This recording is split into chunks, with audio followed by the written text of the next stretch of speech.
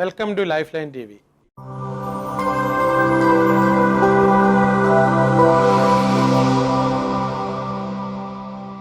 ഇന്ന് നമുക്ക് സെൽഫ് കൺട്രോളിനെ കുറിച്ചും സെൽഫ് ഡിസിപ്ലിനെ കുറിച്ചും നമുക്ക് സംസാരിക്കാം.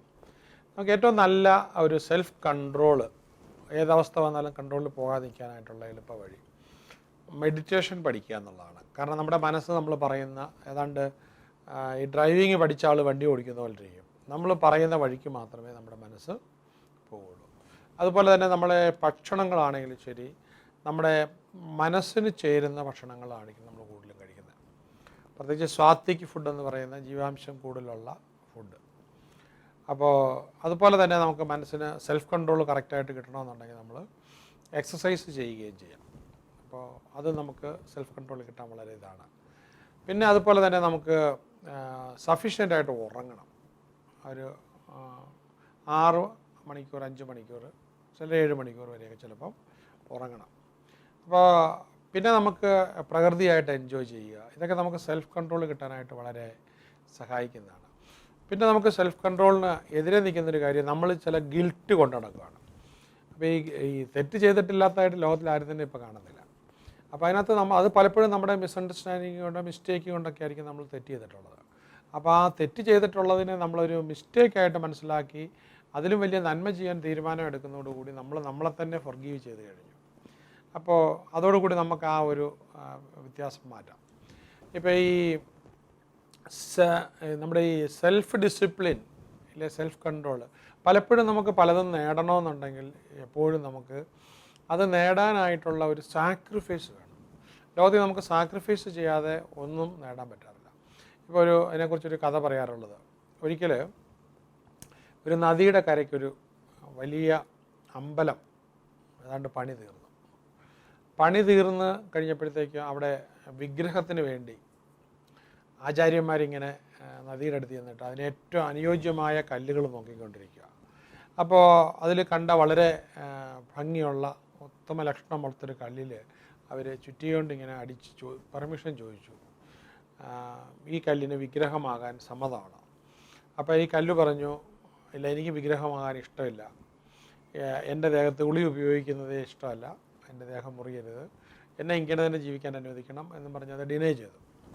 അപ്പോൾ അവരടുത്ത വേറൊരു കല്ലിൻ്റെ അടുത്ത് പോയി. അപ്പോൾ വേറൊരു കല്ലിൻ്റെ അടുത്ത് പോയി വീണ്ടും ചുറ്റിക്കൊണ്ടിങ്ങനെ കല്ലിലടിച്ച് പെർമിഷൻ ചോദിച്ചപ്പോഴത്തേക്കും ആ കല്ലും പറഞ്ഞപ്പോൾ ദൈവത്തിൻ്റെ ശില്പമാകാനൊന്നും എനിക്ക് താല്പര്യമില്ല, ഞാനിങ്ങനെ നദിയുടെ തണുപ്പും ഇപ്പോൾ എൻ്റെ കൂട്ടുകാരും ഒക്കെ ഉണ്ട്, ഞാനിവിടെ ഇങ്ങനെ നൂറ്റാണ്ടുകളായിട്ട് ഇങ്ങനെ സന്തോഷത്തിൽ കഴിയുകയാണ്, അതുകൊണ്ട് എന്നെ ഇങ്ങനെ മുറിക്കുകയോ ശരീരത്തിൻ്റെ ഭാഗങ്ങൾ കളയുകയോ ചെയ്യുന്നത് എനിക്കിഷ്ടമല്ല, അപ്പോൾ ഒഴിവാക്കണമെന്ന് പറഞ്ഞു. അങ്ങനെ അവരവിടെ വീണ്ടും തിരഞ്ഞപ്പോഴത്തേക്കും മറ്റൊരു കല്ല്. പക്ഷേ ഈ ആദ്യത്തെ 2 കല്ല് നോക്കുമ്പോൾ അത്രയും തന്നെ ലക്ഷണമില്ല, പക്ഷേ എന്നാലും തരക്കേടില്ല, വേണമെങ്കിൽ അത് വെച്ചിട്ട് അവർക്ക് തൽക്കാലം സ്വീകരിക്കാം. അവർ ആ കല്ലിൽ പോയി വീണ്ടും പൊട്ടി. അപ്പോൾ ആ കല്ല് തിരിച്ച് മറുപടി കൊടുത്തു, ഈശ്വരൻ്റെ സ്വരൂപം അല്ലെങ്കിൽ രൂപമാകാൻ എനിക്ക് സമ്മതമാണ്, എന്നിൽ എന്ത് വേണമെങ്കിലും ചെയ്തോട്ടെ, സന്തോഷത്തോട് ഞാൻ സ്വീകരിക്കാം. അങ്ങനെ അപ്പോൾ ആചാര്യന്മാർ ആ കല്ലിനെ സെലക്ട് ചെയ്ത് കൊടുത്തു. അപ്പോൾ കല്ലാശാരിമാർ വന്ന് അതിനെ കൊത്തി വളരെ മനോഹരമായിട്ടുള്ളൊരു ഈശ്വരൻ്റെ ശില്പമാക്കി തീർത്തു. ശില്പമാക്കി തീർത്ത് കഴിഞ്ഞപ്പം വീണ്ടും ആചാര്യന്മാർ വന്ന് ഈ ശില്പത്തെ എടുത്ത് നദിയിൽ കഴുകി ഭംഗിയാക്കി ഈ അമ്പലത്തിനകത്ത് കൊണ്ടുവന്ന് വിധിപ്രകാരം പ്രതിഷ്ഠിച്ചു.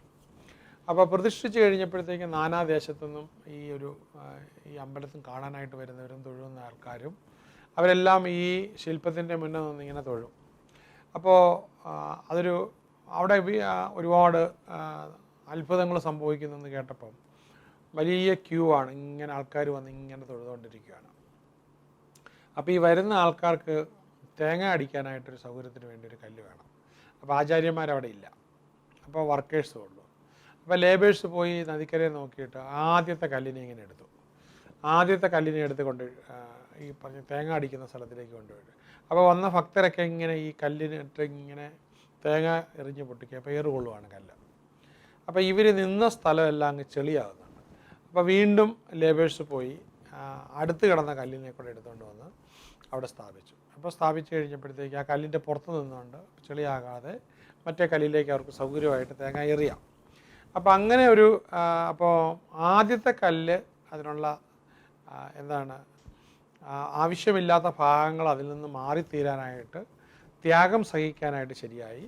മറ്റ് 2 കല്ലുകൾ ത്യാഗം സഹിക്കാൻ തയ്യാറായില്ല.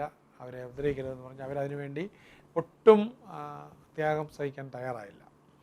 അപ്പം നമ്മൾ പലപ്പോഴും നമ്മൾ നോക്കുമ്പോൾ ഈ അപൂർണന്മാരായ ആൾക്കാരാണ് ജീവിതത്തിൽ ഏറ്റവും ഉയരങ്ങളിലെത്തുന്നത്. ഇപ്പോൾ പറഞ്ഞ കൂട്ടത്തിൽ തന്നെ നമ്മൾ നോക്കിയാൽ നമുക്ക് റോഡിൽ കാണാം പലപ്പോഴും പോലീസ് വാഹനങ്ങൾ നല്ല വെയിലത്ത് നിന്ന് നമുക്ക് വളരെ അവരോട് വലിയ കരുണ തോന്നാറുണ്ട്. വാഹനങ്ങൾ തിരിച്ചു വിടുക, നല്ല വെയിലത്ത്, നല്ല മഴയത്ത്. ഞാനൊരിക്കൽ കോഴിക്കോട് ഒരു പ്രോഗ്രാമിന് പോയിട്ട് പ്രോഗ്രാം കഴിഞ്ഞ് ഇറങ്ങുമ്പോൾ നല്ല മഴ പെയ്യുന്നു, വാഹനങ്ങളെല്ലാം വന്ന് അവിടെ ജാമായി നിൽക്കുന്നു. അപ്പോൾ ഞാൻ നോക്കുമ്പോൾ ഒരു പോലീസ് ഓഫീസർ ഓടി നടന്ന് നനഞ്ഞുകൊണ്ട് ഈ വാഹനങ്ങളെയൊക്കെ പെട്ടെന്ന് കുരുക്കഴിക്കുകയാണ്. അപ്പോൾ നമ്മൾ വാഹനത്തിനകത്ത് സൗകര്യമായിട്ടിരിക്കുകയാണ്. അപ്പോൾ അതുകൂടാതെ പിന്നെ ഒരിക്കലും ഞാനിങ്ങനെ നോക്കുമ്പോൾ ഒരു ജംഗ്ഷനിൽ ഭയങ്കര വെയിലാണ്, അതൊരു ഭയങ്കര ചൂടുള്ള വെയിലാണ്. പക്ഷേ വാഹനങ്ങൾ ഒത്തിരി വന്ന് കുരുങ്ങി കിടക്കുകയാണ്. അപ്പോൾ ഈ ഒരു സിവിൽ പോലീസ് ഓഫീസർ നല്ലപോലെ വിയർത്ത് കുളിച്ച് അതിൻ്റെ കാക്കിയൊക്കെ നനഞ്ഞിരിക്കുന്നു. ഈ ഓടി നടന്നപ്പോൾ നെറ്റിയിലോടെല്ലാം ഇങ്ങനെ വെള്ളം ഒഴുകുകയാണ്. ഓടി നടന്ന് വണ്ടീനെ ഇങ്ങനെ മാറ്റി വിട്ടുകൊണ്ടിരിക്കുകയാണ്. അപ്പം ഞാൻ അങ്ങനെ തന്നെ നോക്കി. അപ്പോൾ ഞാൻ ട്രാഫിക്കിൽ ജാമായി നിൽക്കുകയാണ്. അപ്പം ഞാൻ നോക്കുമ്പോൾ ഒരു ലേഡി IPS ഓഫീസർ, അധികം പൊക്കമൊന്നും ഇല്ലാത്ത ഒരു ലേഡി IPS ഓഫീസർ കാറിൽ വന്നു. അപ്പോൾ അവരുടെ കാറ് വന്നു കഴിഞ്ഞപ്പോഴത്തേക്കും ഈ വാഹനങ്ങളെല്ലാം മാറ്റിവിടുന്ന കൂടെ തന്നെ പിന്നെ സിവിൽ പോലീസ് ഓഫീസർ പെട്ടെന്ന് ഇവരുടെ വാഹനം കണ്ടപ്പോൾ സല്യൂട്ട് ചെയ്ത് ഇവരെ വിട്ടു. അപ്പോൾ ഞാൻ അതിൽ നിന്ന് പെട്ടെന്ന് ഇപ്പോൾ ഈ പറഞ്ഞതുമായിട്ടൊന്ന് കണക്ട് ചെയ്ത് ചിന്തിച്ചപ്പോൾ അപ്പോൾ ഈ പലപ്പോഴും നമ്മളിങ്ങനെ ജോലി ചെയ്യുന്ന ആൾക്കാർ, എല്ലാ ജോലിയും നന്മയുള്ളതാണ്, പക്ഷേ എങ്കിൽ തന്നെയും ഇവർ തങ്ങളിലുള്ള ഒരു പക്ഷേങ്കിൽ ആ ഒരു IPS ഓഫീസർ, ആ ലേഡി ഒരുപാട് പഠിച്ച കാലത്ത് സാക്രിഫൈസ് ചെയ്യാനായിട്ട് സെൽഫ് ഡിസിപ്ലിന് വേണ്ടിയിട്ടൊക്കെ ഒരുപാട് തയ്യാറായിരുന്നു. നല്ല ഉറക്കങ്ങൾ വേണ്ടാന്ന് വെച്ചിട്ടുണ്ട്, കൂടുതൽ പഠിക്കാനായിട്ട് അവർ ശ്രമിച്ചിട്ടുണ്ട്. ഫൈനലി അവരെ മോൾഡ് ചെയ്തെത്തിയത് ഈ എപ്പോഴും സല്യൂട്ട് കിട്ടുന്ന പവർഫുള്ളായിട്ടൊരു പൊസിഷനിലേക്കാണ്. അപ്പോൾ മറ്റേ ആൾ ഈ പറഞ്ഞ പോലെ വാഹനങ്ങളെല്ലാം തിരഞ്ഞുവിടുന്നതാണ്. അപ്പോൾ ഇതുപോലെ തന്നെ ഞാൻ പല യാത്രകളിലും പല സ്ഥലത്തൊക്കെ ചെല്ലുമ്പോഴത്തേക്കും ഈ സെക്യൂരിറ്റി ജീവനക്കാരുടെ കഷ്ടത പലപ്പോഴും കാണാറുണ്ട്. നമ്മൾ നോക്കുന്ന കഴിഞ്ഞ് വളരെ പ്രയാസങ്ങൾ അനുഭവിക്കുന്ന ആൾക്കാരാണ്. പക്ഷേ അതിൽ കൂടെ യാത്ര ചെയ്യുന്ന ആൾക്കാരുമൊക്കെ അവരൊക്കെ വളരെ പവർഫുള്ളായിട്ട് എല്ലാ സൗകര്യങ്ങളുമൊക്കെ ഉള്ളവരാണ്. അപ്പോൾ ഇതിനകത്ത് രണ്ടിലും തമ്മിലുള്ള വ്യത്യാസം എന്താണെന്ന് ചോദിച്ചു കഴിഞ്ഞാൽ, നമുക്ക് അവസരങ്ങൾ കിട്ടിയ കാലത്ത്, ഇതിൽ കിട്ടുന്ന സമയത്ത് നമ്മളെ പല സാക്രിഫൈസും, ഈ മൂന്നാമത്തെ ആ കല്ലിൽ വേണ്ടാത്ത കുറേ ഭാഗങ്ങളെ എടുത്തു മാറ്റാനായിട്ട് തയ്യാറായി ഒരു ശില്പമായി മാറിയതുപോലെ നമുക്ക് നമ്മളുടെ കുറേ ഭാഗങ്ങളെ എടുത്തു മാറ്റിയാൽ നമുക്കും വളരെ വലുതാകാൻ തയ്യാറാകണം നമ്മൾ.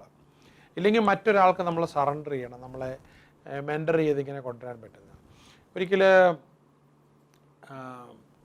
ഒരു പള്ളിയുടെ മുറ്റത്ത് കിടന്ന ഒരു വലിയ കല്ലിനെ എടുത്ത് മൈക്കിൾ ആഞ്ചലോ കൊത്തി അതിൽ നിന്ന് ഡേവിഡ് എന്ന് പറയുന്ന ഏറ്റവും ഫേമസ് ആയ ശില്പത്തെ ഇങ്ങനെ പുറത്തേക്ക് എടുത്തു. അപ്പോൾ ഈ ശില്പം ലോകമെമ്പാടും അറിയപ്പെടാൻ തുടങ്ങി. അപ്പോൾ അങ്ങനെ ഒരിക്കൽ പത്രക്കാർ മൈക്കിൾ ആഞ്ചലോയോട് ചോദിച്ചു, നിങ്ങൾ ഈ ഡേവിഡിനെ മനസ്സിൽ കൊണ്ടു നടക്കുകയായിരുന്നോ, ഇപ്പോഴാണോ കല്ലിലേക്ക് ആവഹിച്ചതെന്ന്.